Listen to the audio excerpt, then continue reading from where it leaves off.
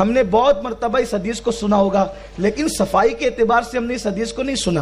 اللہ کے حبیب علیہ السلام فرماتے ہیں جس گھر میں رات بھر کچرا پڑا رہے، یعنی جس گھر کے اندر رات میں کچرا پڑا رہے، اللہ ان گھر والوں کے رزق سے برکت اٹھا لیتا ہے۔ اس کا مطلب امام الانبیاء ہمیں پیغام کیا دینا چاہتے ہیں؟ سید الانبیاء کا پیغام کیا ہے؟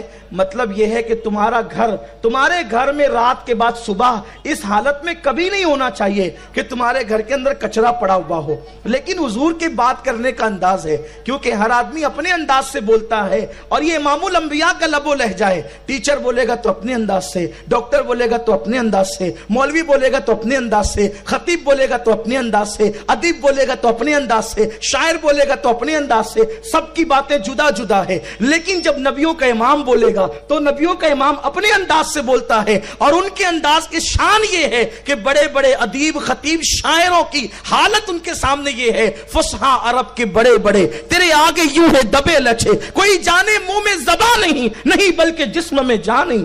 جب وہ بولتے ہیں تو پھر اللہ اکبر سب خاموش ہو جاتے ہیں، بلکہ ان کا بولنا خدا کو اتنا پسند ہے کہ قدرت اپنی بات بھی انہی کی زبان سے سننا چاہتی ہے۔ قل کہہ کے اپنی بات بھی لب سے تیرے سنی، اللہ کو ہے اتنی تیری گفتگو پسند۔ تو جہاں تک کچرے کی بات ہے، آقا کریم صلی اللہ علیہ وآلہ وسلم فرماتے ہیں کہ اس حالت میں کچرے پہ تمہارے گھر میں رات نہ گزرے کہ تمہارے گھر میں کچرا پڑا ہو۔ جس گھر میں رات میں کچرا پڑا ہو اس گھر سے اللہ رحمتوں کو اٹھا لیتا ہے۔ اس کے بعد آپ دیکھیں، توجہ فرمائیں، پاکیزگی کا عنوان چونکہ آپ نے جو ہے وہ آج چنا ہے، عرض کروں اللہ کے حبیب علیہ السلام فرماتے ہیں جس گھر میں کتا ہو اور جنبی ہو اس گھر میں رحمت کے فرشتے نہیں آتے۔ دیکھو یہ نبی کے بولنے کا انداز ہے، امام الانبیاء کے۔ جنبی کس کو کہتے ہیں؟ جنب ایک دم حیا کے پہلو میں، حیا کے انداز میں، جب ایک مرد ایک عورت کے ساتھ وظیفہ زوجیت ادا کرتا ہے۔ میرے خیال میں آپ سب کے بات سمجھ میں آ گئی ہوگی میں کہنا کیا چاہتا ہوں۔ مرد جب کسی عورت کے ساتھ وظیفہ زوجیت ادا کرتا ہے، حق زوجیت ادا کرتا ہے، تو اس پر غسل فرض ہوتا ہے۔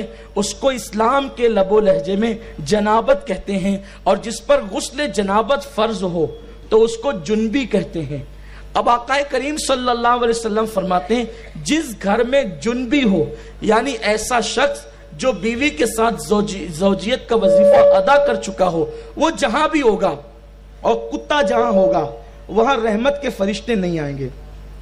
ہر مسلمان کے لیے ضروری ہے کہ اگر اس نے ایسا کام کیا ہے جس کو وظیفہ زوجیت کہتے ہیں اور اس پر غسل فرض ہے، تو لیٹ میں لیٹ اس کو سورج نکلنے سے پہلے غسل کرنا فرض ہے، اس لیے کہ نماز کا آخری ٹائم سورج طلوع ہونا ہے، اور اس کو فجر کی نماز کا ٹائم ختم ہونے سے پہلے غسل کر لینا اس پہ فرض ہے۔ اگر وہ غسل نہیں کرتا تو وہ گنہگار ہوگا اور اس کے گھر میں رحمت کے فرشتے نہیں آئیں گے۔